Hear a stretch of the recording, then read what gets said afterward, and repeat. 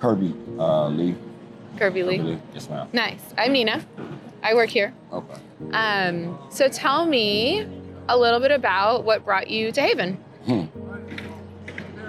I was living in staying in Fort Worth, Presbyterian night shelter. One of the worst places I ever been in my life. The shelter. And then I came up here to visit my son, wanted to see him, and looked up a homeless shelter because, family not the same as they used to be, but so I ended up staying here at the shelter, came here. So what led you to staying at that shelter? I had a job, I cut my finger off, and then I was unemployed, and during unemployment, they found out that I had a whole lot more wrong with me than just a finger. So I was scheduled to have surgery. I had surgery on my neck, and insurance ran out.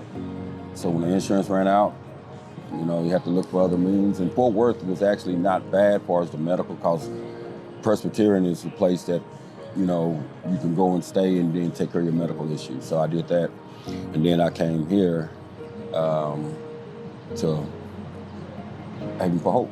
Yeah. But it was just it's just the last 4 years' life is just haven't dealt us a good hand. So I've been homeless now for almost 2.5 years. Okay. Yeah. For 2.5 years. Yeah. So when you came here, well, I'm glad you're here. But when you came here, did you start here on North Campus or were you on South Campus? I was on the South Campus for about a week, a little over a week. And then they had a spot to come available, and then they gave me I live in a room, actually, which is good. Yeah. Real good. Yeah. Just have a roommate, but other than that, it's okay. Are you doing any of the programming here? I went through all of the programs. I'm here just really, honestly, I have to have another surgery on my lower back. So I'm here trying to get myself back situated, living situation. And they're helping me with that program. With the housing? Yes, ma'am. That's awesome. And hopefully they'll get you something pretty quickly. Yeah, they pretty good. Yeah, good. So it's just a place of resource. You got, a lot of resources here, and everybody here had something to cause them to be here. So I try to help as many people as I can, and it's not really bad at all here at all. Some of the people are real nice that lives here, and going through the same thing that I'm going through. The workers seem to be very respectful, and attentive to whatever your needs you may have. So, kind of all right. Good. It's a long process. I'm just ready to go. Yeah. No, It's been a journey for me. Yeah, for sure. And I can totally understand that. I mean, 2.5 years being homeless, and now you're here and you're just waiting on that housing. I can see where that might, you're just you're ready, ready to go. I'm excited, but still don't know which way to go. Yeah. As far as, I don't know where I'm gonna live. My life has actually been kind of in everybody's waiting on someone else to give you an answer. Yeah. So answers has been that long, 2.5 years, you always want an answer. It's like you can't get the answers right up front because everybody is a case-by-case situation. So you don't want to really listen to the people out here on the campus because they tell their story and it's different. And, that's the only frustrating part about it is hearing somebody else's story. But I just started trying to go to the case managers and the housing and whatever they have and hear from them. So. Well, and that's the best thing to do, right? Because because to your point, we have to tailor all of the services to everybody, right? Because everybody has a different story.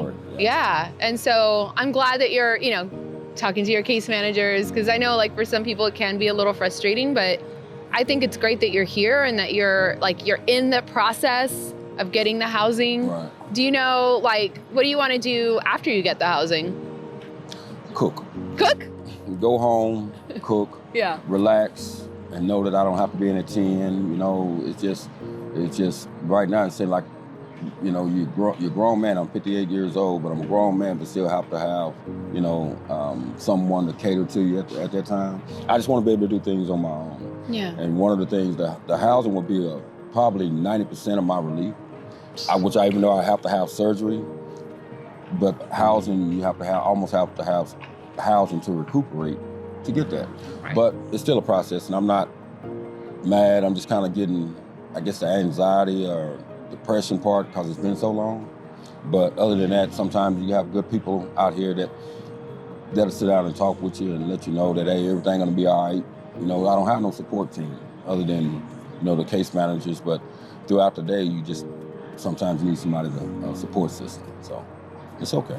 Yeah, no, that's very true. I think people don't realize how important a support system is. Very important. Yeah. So, but you know, this is just where you're at right now. Right.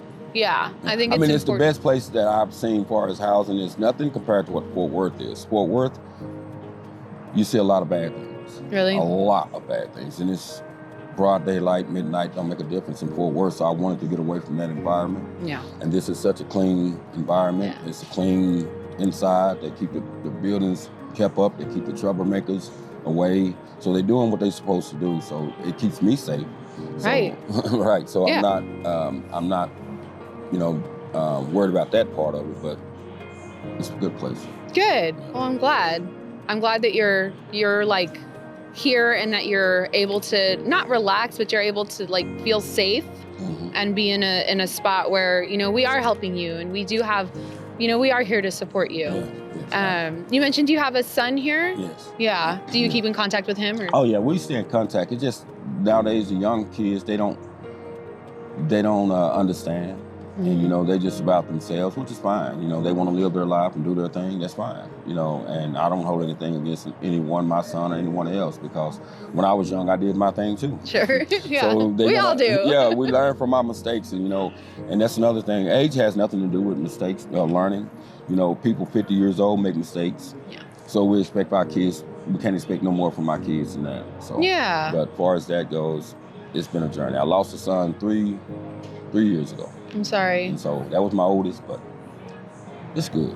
Life's good. I'm still living.